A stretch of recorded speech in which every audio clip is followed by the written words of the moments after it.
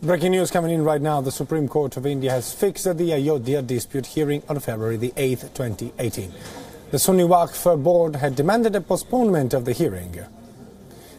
Joining me live on this story, there is our political editor, Kartikeya Sharma. Kartikeya, thank you very much.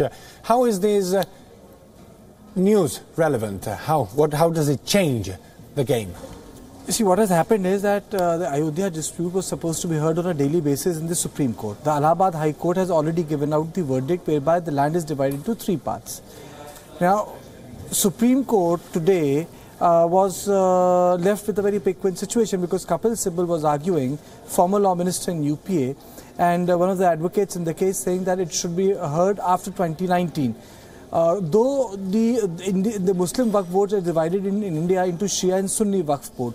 Now the Sunni Waqf board was against any early and sudden movement in the case because they were arguing that certain papers have not been submitted. The law officer of the Uttar Pradesh, the largest state in India, had argued that every paper has been submitted. See, we have to understand that Ayodhya was, what happened in Ayodhya was very, very divisive. Not only it split the nation into two, massive riots followed. Ayodhya had a political capital, and that is how the first BJP government shaped up. It came to power in India. BJP government for the second time did not come to power because of Ayodhya, but Ayodhya is a strong reminder of what happened in the 1990s in terms of identity politics, in terms of politics based on cultural or civilizational issues. That is why you find so much of polarized opinion on it.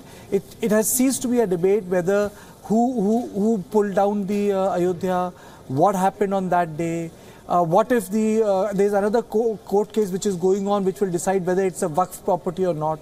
So it has ceased to be that debate. So the debate impinges upon what India should be or what India was, and how a new structure can actually unite India. So the terms of the debates have changed. Instead of being just legal in terms of the act, it has turned into a political debate of identity of this country.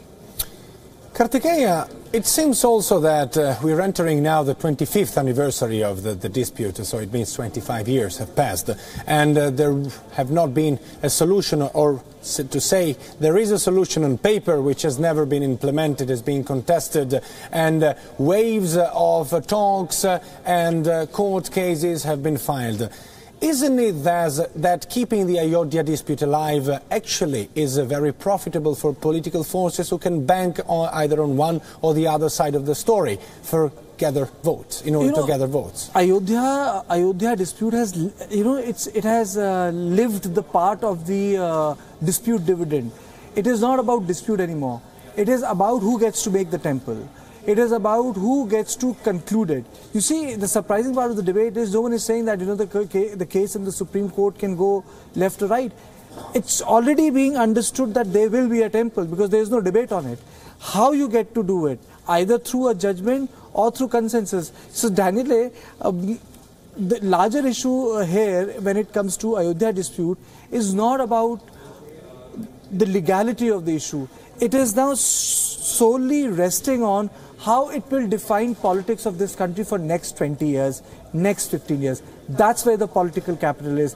That is why there's so much of pressure to go in for daily or day-to-day hearing. But then court in its own merit has not given in to the pressure, and next date has been set after 2 months.